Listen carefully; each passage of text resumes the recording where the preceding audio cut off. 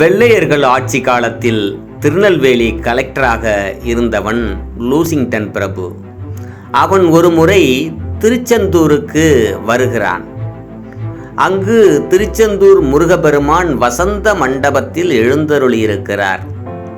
முருகப்பெருமானுக்கு சோடச உபச்சாரங்கள் செய்யப்படுகிறது. அதாவது 16 வகையான உபச்சாரங்கள் சோடச உபச்சாரங்கள் என்று சொல்லப்படும்.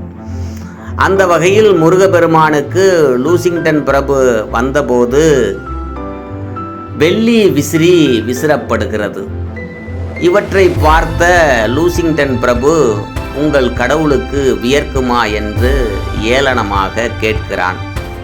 இவற்றை சற்றும் எதிர்பார்க்காத அர்ச்சகர், ஆம், எங்கள் சண்முகருக்கு வியக்கும் என்று கவசத்தையும் மாலைகளையும் கழற்றி வியர்வை துளிகளை காட்டுகிறார். இவற்றை பார்த்த லூசிங்டன் பிரபு வியப்படைகிறான். மேலும் இந்த நிகழ்வுகள் எல்லாம் முடிந்து லூசிங்டன் பிரபு தன் வீடு திரும்பி விடுகிறான். அங்கு சற்றும் எதிர்பார்க்காத வகையில் லூசிங்டன் பிரபுவின் மனைவிக்கு கொடுமையான வயிற்று வலி ஏற்படுகிறது. லூசிங்டன் பிரபு முருகப்பெருமானின் வழிபாட்டை ஏளனம் செய்ததால் தான் தன் மனைவிக்கு இப்படி ஒரு கொடிய வயிற்று வலி ஏற்பட்டிருக்கிறது என்பதை உணர்கிறான். உடனே அங்கிருந்து ஓடோடி திருச்செந்தூர் வருகிறான். முருகப்பெருமானிடம் தான் அறியாமல் செய்த தவறுக்காக மனமுருகி மண்டியிட்டு மன்னிப்பு கோருகிறான்.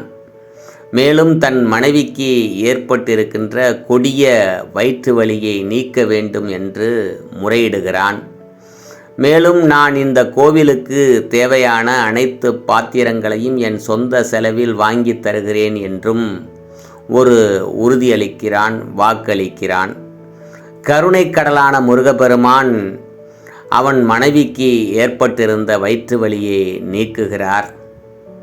லூசிங்டன் பிரபு தன் வாக்கின்படி கோவிலுக்கு தேவையான அனைத்து பாத்திரங்களையும் வாங்கி தருகிறான்.